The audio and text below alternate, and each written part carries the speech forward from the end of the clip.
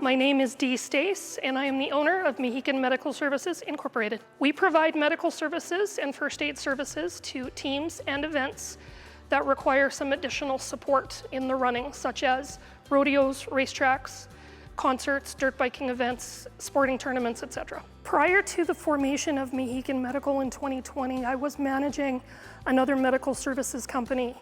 And when that owner decided to sell, him and I came to an arrangement and a new company was born. The first major hurdle for us was by far and away the pandemic. We literally formed the new company 2 weeks before the first pandemic shut down. So I became self-employed and the world stopped. So it took some luck and some creative thinking for us to find other sources to generate some income. And here we are 4 years later. And over the course of those 4 years, we have gone from 1 vehicle to 7.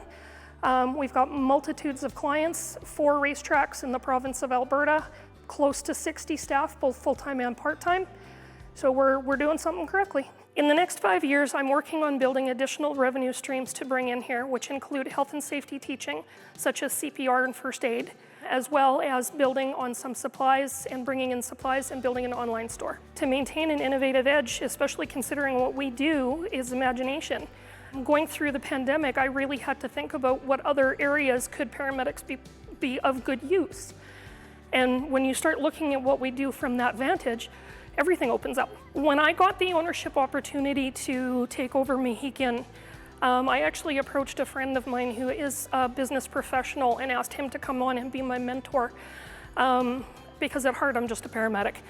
So he has come on and really guided me when some decisions needed to be made. When facing setbacks, as my staff will handily tell you, I'm very stubborn. I tend to start thinking about, okay, what the problem is and exactly what steps need to be done to get out of it.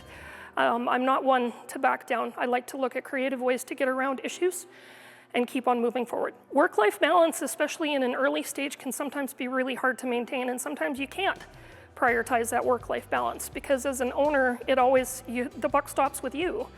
But that being said, you look at your schedule and you figure out ways to put in activities that matter to you and exercise and visits that matter to you to be able to help maintain that balance. I wholeheartedly respect any and every woman that chooses to become an entrepreneur. The last 4 years, I've worked the hardest that I've ever worked in my life, but it's been very, very rewarding. Work very hard. That's the bottom line, work very hard. Find your passion and work hard. One of the things that I'm passionate about is this place. I never have the same office walls twice. So it creates a very interesting work environment to return to.